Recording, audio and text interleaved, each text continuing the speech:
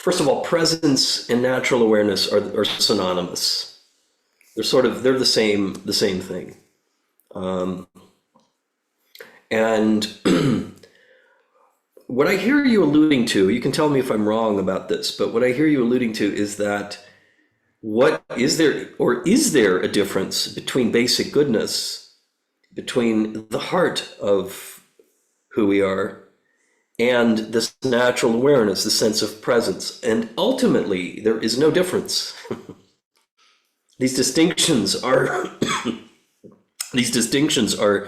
kind of sort of I don't know, artificially separated. And yet we can actually be intentional about just dropping into this capacity to be loving. Yeah, this capacity of the heart to open, to feel that sense of connectedness with other beings, with ourselves, and especially in the midst of suffering, what we might call compassion as distinct from wisdom. It's the same thing in many ways. Compassion and wisdom ultimately are one. There is a non-duality to it, and yet when we when we can discern between them, it's usually for skillful means. Excuse me. Oh, I've been having horrible allergies the last couple of days, so forgive me if I'm a little nasally and squeezy in the chest. That's what's happening here.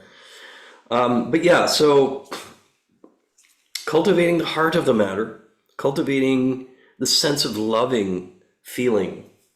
Oh, and here we're talking about unconditionally loving, whether it's metta or maitri, which is friendliness, a generosity of spirit, loving kindness, or just the willingness to lean in to suffering with a heart that is really seeking to alleviate the suffering. That's the part of the basic goodness that we're drawing on, as opposed to, conceptually opposed to, this final stage of simply allowing your conscious awareness, what we can call your meta-conscious awareness, that is awareness simply of being openly aware without content. So the emphasis here is on sort of clear mind, open mind. Now, my experience with that is, yeah, the heart is part of that too.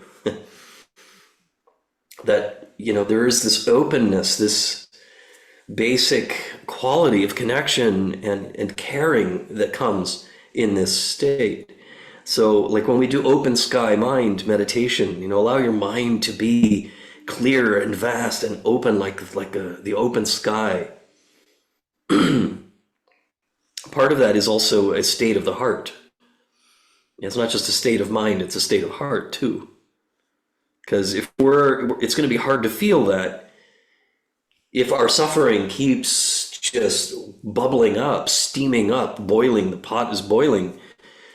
We may only see cloudy skies, and that's fine too. But part of this is helping us to remind us, these invitations, that each one has a function here. Each one has a response to a particular dilemma, perhaps. And from the standpoint of how this was created at the Living with Dying retreat, it was a way of kind of bringing us from grosser level experiences into very subtle levels.